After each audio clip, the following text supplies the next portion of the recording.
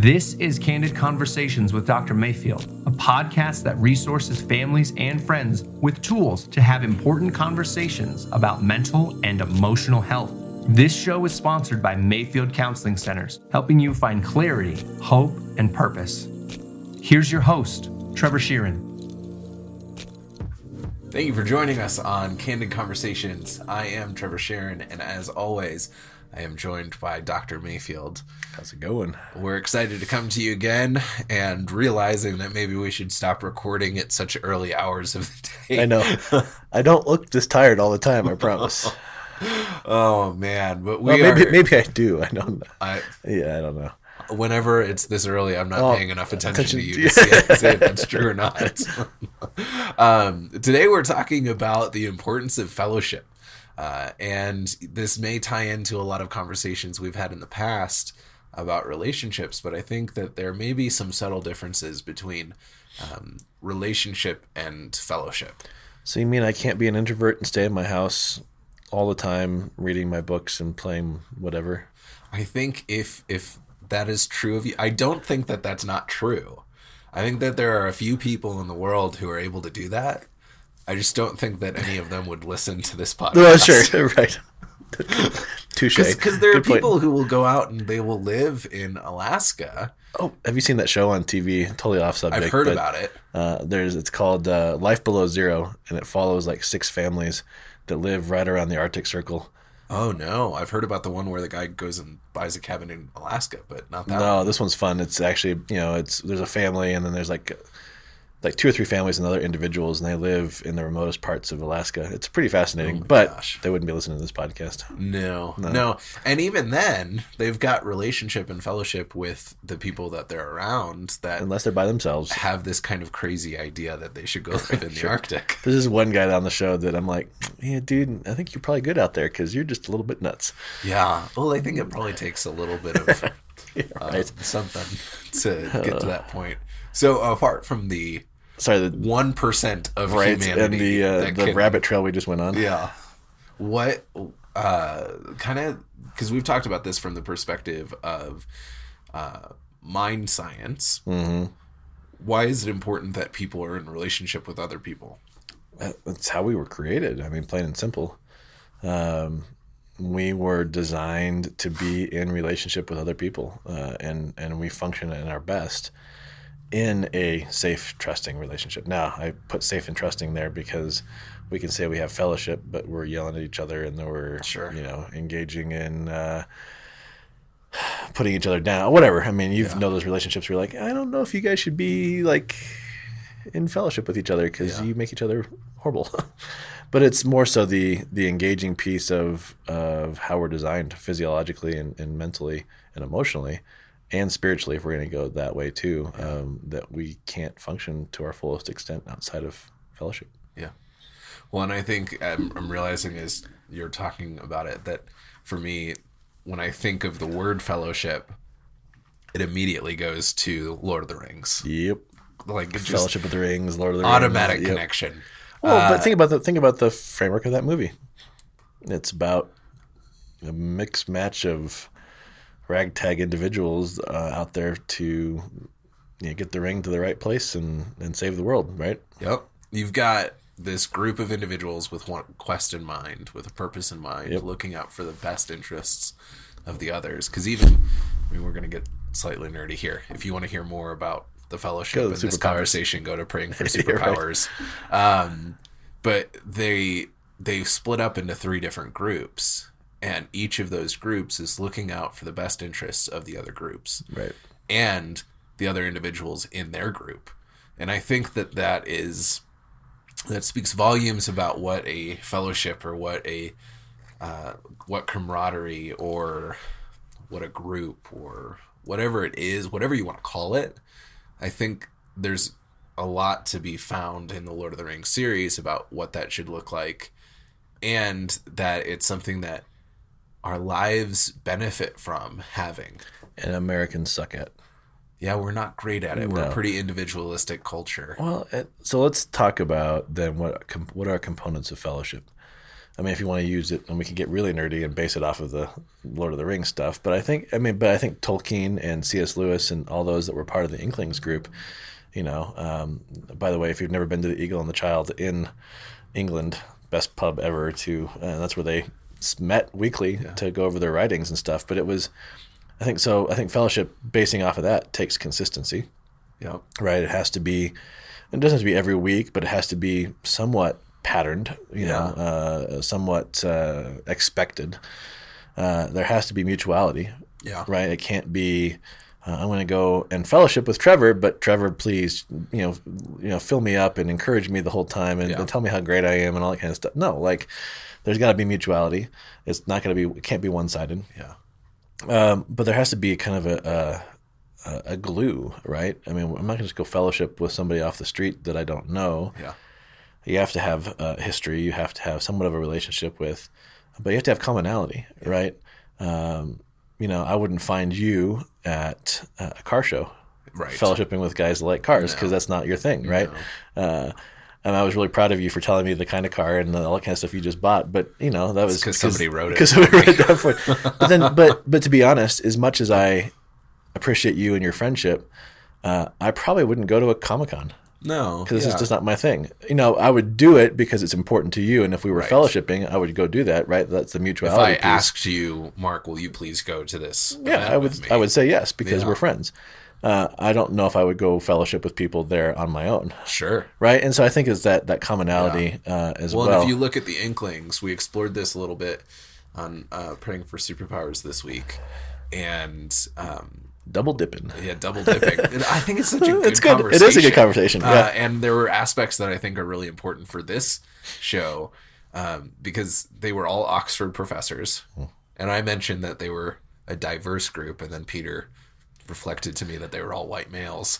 But I meant diversity from the way of their fields of practice. There was a doctor, there was an author, a theologian, a philosopher, a poet. And the funny thing is you only hear about Tolkien and Lewis, but there were like 4 to 6 guys. Yeah, and I think they started it up again. Like, there's a new club called the Inklings that meets at the Eagle and Child. But yeah, we only hear about the 2, but there was like the family doctor was involved, and they called him the old quack. And I think that we find a glue, and it's not as obvious as our interests a lot of the times. It may have to do with our values or the things we're passionate in life, and that can add so much value to the group. Sure, and they were unashamed and unabashed to say that they not always agreed with each other, and there are times that they had arguments, and there was, a couple of times I was reading, was it from Tolkien or from C.S. Lewis, that they called each other's work crap. Yeah. I mean, like they brought what they were writing and working on, and they're like, nope, this sucks. Yeah. Well, and J.R. Tolkien had this concept about dwarves and how they would originate, and C.S. Lewis disagreed. Because he had his own. And so I think what happened was C.S. Lewis said that dwarves just popped out of rocks in Narnia because of how silly he thought it was in J.R. Tolkien's. Right. They didn't always get along. But I think that's something that's key, because I think a lot of our listeners are going to say, well, if I'm in a fellowship with somebody, I always have to walk away feeling good. Or why do you think that is? Well, I think it's a selfish understanding of what relationship is. If I'm really blunt, I think it's that we don't like to be challenged. That our initial knee-jerk reaction is that we get defensive. Yeah. We make assumptions or whatever. And it's sad, because the desire I have in my life is that I have a group of people in my life that are going to be lifelong friends, right? Yeah. Maybe we're not going to live in the same area all the time. Sure. But, that we can pick up where we left off when we get together. So I think that's a mixture of deep relationship and fellowship. Yeah. But I think figuring out where you're at in your spheres and in your world, how do you create opportunities for fellowship? It's a good question. Because most of us, how many times do you go home, open the garage door, pull your car in, and close the garage door? Oh, well, every time. Yeah. and not just get out of the car and walk out to your mailbox or you check your yard and go, oh, hey neighbor, and I have one neighbor that I know, his name's Billy, and that's it. Yep. And you've been there for I've been there for 3 years. You've had some turnaround though. It's a neighborhood with a lot of renters, but my wife and I have talked about that of like we remember our parents would have the phone numbers of all their neighbors. Yep. And they at least knew their names. The only one that I really know the name of is Billy. We in our new neighborhood, we just moved into a new neighborhood about 8 months ago, and we have the numbers of our neighbors and we know them. And but how do we hold that balance of I don't want you in my house all the time, but I do want to create some opportunities for fellowship. Yeah. Let me ask you this question: do you think fellowship and relationship are synonymous? I think that it's sort of like all ravens are crows, but not all crows are ravens. No, opposite. All ravens are crows, but not all crows are ravens. Okay, you lost me there. All squares are rectangles, but not all rectangles are squares. So I think that all fellowship is relation. No, most all of our relationship is fellowship. Okay, but not all fellowship. Relationship. All relationship is fellowship. Yep. Not all fellowship is relationship. Correct. Okay. Or the opposite. Say that again because I think our listeners are. I think I have it. Sorry for confusing everyone. Everybody's like, huh? I think that all fellowship is relationship, but not all relationship is fellowship. That makes sense. So if I'm in a family or have a friend that I'm like, or a person that I'm in my life that I'm like, okay, I have to be in relationship with you because of work or proximity, but I really don't want a fellowship. Yeah. Gotcha. Okay. Or friends that you sit next to and just scroll Facebook with. Like, I wouldn't count that as fellowship. I don't think that's friends either. Because I think especially if we're pulling from the Fellowship of the Ring, that there was a lot of intent in that. With the Inklings, there was a lot of intent in why they were meeting. Well, and I think, and I think that's the big thing is intent. And I think we don't, as a society nowadays, and this is a broad sweeping expose, but we're not intentional anymore. I think in a lot of different ways, right? Which ties into your theory about complacency. It does, and if we're complacent, then we're not engaged, and if we're not engaged, then we have the right in our minds to be on the extremes. Or if I'm being challenged, I'm going to disengage because I just don't want to deal with it. Yeah. Or I'm going to lash out at you and those kind of things. And that I think is the absence of fellowship. Because if I'm in fellowship with you, and we have been over the last. We were talking about this a couple months ago, about 3.5 years now. Something like that, and I lose track of time. Yeah. But I am going to assume the best of you 99.9% of the time, because of that. Right. But if I don't have that fellowship piece, or we have that disconnection, or I'm complacent in our fellowship, then that changes.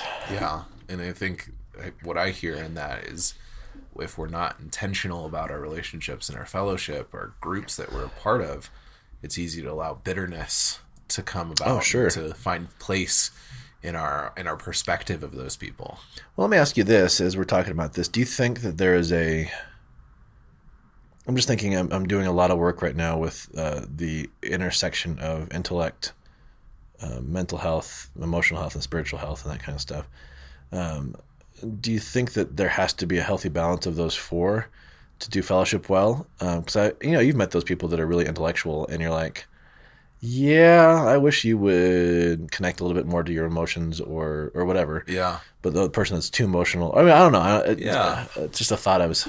What counseling theory is it with the wheel, where you have the 7 different things that you need in life, and they're like safety and fun? That's reality therapy. Yeah, so I think I'm starting to see the world that way. It's part of my framework for working with clients too. Yeah, that there are primary things that we need in our life, and if one of those things is running on empty, the entire wheel is off. Right. And so if you look at the wheel like a pie, and each slice is something different, so family or alone time, or I don't remember all of them, but I do know that fun is one of them. Right. And that's been really encouraging, because that means I should be having fun. It's not just I can. Right. It's this is important now. Yeah. And as I've started to see the world that way, I've started to interact with my friends that way. And so if we're we have a couples group that my wife and I lead, and we know that it's really important for us to be intentional in investing into each other and encouraging each other and getting into some of the heavier things that we don't talk about outside of that. But it's also really important that every once in a while we just go to a park and we play games and there's no real conversation about heavy stuff. It's just fun. Yeah, goofing and yeah, absolutely. So I'd say definitely, I think it needs to be rounded. I think there's a time and a place to have people that fit a certain aspect. So like, I'm not going to go to my professor and look for emotional support or for them to tell me how to like do my taxes or something. Like I'm looking for them for the information that I need to get through my education. And so in that way, and that I think that goes to all relationship or whatever I said earlier. That was the right way. You said that all relationship is not necessarily fellowship. Yeah. Yeah, that makes sense. I wonder too, if for our listeners, how do we? This is something I've been wrestling with too, because I've been really trying hard over the last 6 months to be intentional about my schedule, not allow busyness to take over. But you look at our American culture, you turn on the news, we were talking about this today. Oh, no, I wasn't talking about you. I was talking to Adam, our inquiry coordinator here at Mayfield Counseling Center, and he walked in and you could just tell he was just pissed. And I said, what's going on? He goes, I just met everybody today. People are driving too crazy and they're always, and I'm like, but what that's an old man. I know. Well, he's just turned 30. But I think in some ways it's true that everybody is in such a hurry. Yeah. We're so busy that, and happens at our churches, this happens in our schools, this happens in, our neighborhoods. I mean, everything that we've just talked about, that we don't slow down to take stock of life. And that's part of why I'm not saying that there's a culture or a country that has it all together. So don't hear me say that. But when I was in the UK, there, parts of the UK, London is very much just like the United States in the sense of its busyness. But you go out into the country, you go to Wales, you go to Scotland, and the pace of life slows down a little bit. And, we were in Wales, and I remember Wales is kind of divided by different valleys, and there's different villages in the valleys based on coal mining and that kind of stuff. We were supporting an organization in one of the valleys, and sitting with this old lady, and she goes, heard y'all were coming, and I'm really excited. She didn't say y'all, but we're coming and excited to come and see you. And she goes, I made the trek. And I said, oh, how long did you come? She goes, I came from the next valley over. And I said, how long is that? She goes, oh, about 3 miles. I'm like, that was the trek. But their communities are they slow down, and they're engaged, and there's fellowship and the intentionality, whether it be in the markets or the churches or whatever. But then you also look at how the family systems are developed. Yeah. Right. And it's changing slightly, but you could have 2 or 3 generations living under one roof. Yeah. And that is more intentional than it is what we do here. Yeah. That's just a thought. Well, I think, we've talked about this before, especially with our conversation with Christy Tamelo last season about, please excuse the sirens. Excuse the sirens. We'll just let that go by for a sec. Thank you. Okay.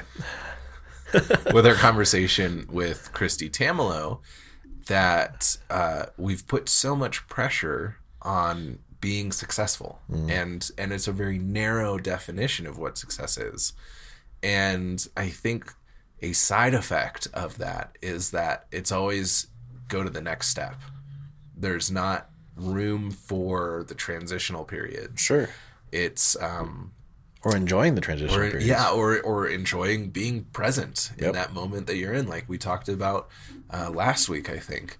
And so like we get out of the car, close the garage, walk into the house because I have to make dinner, I have to do the dishes, I have to do this X, Y, and Z, rather than, oh, isn't it a nice day outside?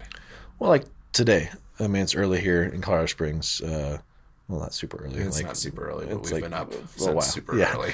But it's springtime. Yep. I love springtime. Yep. And I was getting out of my car, and I was walking into the office, and I took a deep breath, and I smelled rain. And I just that's my favorite smell in the whole world. Yeah. So I just stopped and just took it in instead of pushed past it going, okay, if it's going to rain today, I'm going outside and just kind of absorbing it. Sometimes that allows me to slow down a little bit. And I don't think we do that with relationships very often. Well, no, because I think we feel like we have to accomplish something, right? I think the true indicator for a relationship is how do we do in silence, right? I mean, I know when we first started getting to know each other, we were always talking and we're asking questions and stuff. But we've made a couple of road trips together for speaking engagements, and there was no need or no pressure to have to have conversation because we were comfortable in that space. And I think that's a key indicator for a fellowship is that we don't have to perform, we don't have to be on, we can just be. Good, bad, ugly. There's been times where I've been in relationship with or fellowship with others, and it's like, how you doing? Not so good. Life sucks right now, and okay. Like, I'm not gonna run away from that. Tell me more about it. What's going on? So I think it's, if that made any sense whatsoever, it did in my mind. But I think it made sense. Okay. I'll check when I'm editing. But just the idea that we have to have certain things in place. Yeah, it's interesting just to look at how the pressure to succeed in things transcends into, or not transcends, but bleeds over into our relationships with people. Oh, yeah. I don't think that I'd thought about it that way before. No, but how often are you in a relationship where you feel like you have to perform, you have to be a certain way? I think pretty often. Right. Yeah. Even if it's not as obvious as others, I think that it's probably more often than I think. Right. Yeah. So I think for our listeners, like, what practicality wise, because I think they're going to start going, okay, how do I develop fellowship? Well, I think you don't think about it too hard. What things are in front of you that you can create? Maybe it's with your family. Yeah. I talk about this with my talks of how often do we create intentional time with our kids and our spouse, sitting around the table. It was my wife's birthday this weekend, and she loves Legos, so we stopped at the Lego store, and the kitchen table has been just one mess of building. Nice. And we sit around the table and just talk and hang out. But that's intentional, right? Yeah. Dinner time around the table is intentional. So start with what's in front of you. Maybe it is your family. Yeah. Then maybe is it a church group, or is it a coworker, or is it a neighbor, or is it maybe you go to a coffee shop often and you see some people that are there regularly. Right. Introduce yourself. I don't think we need to overthink this too much. Yeah. But I think we feel, and I can speak for myself, I know I feel when I'm out of sync in fellowship with others because something's missing. Yeah. You feel it. Or, have a little bit of whiskey and watch a TV show or something like that. But that all the time, you begin to feel the void of relationship and fellowship. And then you're that person in Alaska. Right, exactly. Which some days doesn't sound so bad. Oh, yeah. Yeah. But what else do you, advice-wise, I think that's the biggest one, is don't overthink it. I mean, look around you and see what's there. Yeah. And I think you'll be surprised what you see as well.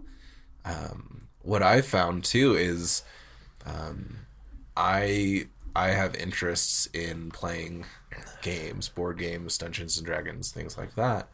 And what I've done is I've built this group of individuals who I will send out an invite to 20 people. And there's usually 2 to 4 people that will show up. Yeah. And there's some rotation that happens in that. But I've formed a group of these 20 people who inconsistently come to these things that I do. And what's been wonderful is to see relationships build not only between me and the people that show up, but between everybody who shows up intermittently too. Sure. And in that way, you can kind of be a catalyst for fellowship. And I mean, it's as simple as, hey, I really want to play this board game on Thursday. Is anyone available or want to? And if people show up, great. And if they don't, it's not like you're taking it personally. It's just you're putting it out there. Right. So definitely. Yeah. And I think there has to be that expectation too, because I could only imagine, like, I've been in situations where I'm really excited for something and I invite a bunch of people and no one shows up. Right. And then it's hard to not feel like that reflects on who you are. But if you just put it out as like, hey, I'm interested in doing this. Does anyone want to join me? Right. It's low risk. Well, as we close, that's the biggest thing that I've done with my kids, is the biggest fellowship time I've had with them is, hey, I'm going to the store. You want to come? in the conversations we have in the car, the fun we have walking down the aisle. So it's inviting people to join in with stuff that's already going on instead of creating this extraordinary event. Totally. That we get disappointed with. Yeah. So give it a shot. Yeah. See what happens. Let us know. We'd love to hear from you. You can reach out to us at candid@mayfieldcounseling.com. And if you are looking for any help or support in whatever's going on in your life, feel free to contact Mayfield Counseling Center's 719-452-4803. Adam Smith, the guy who likes to complain about how fast people are moving, will answer your call. Nice. We'll catch you next week. Thank you for joining Candid Conversations. If you would like more information, you can email candid@mayfieldcounseling.com or call 719-452-4803.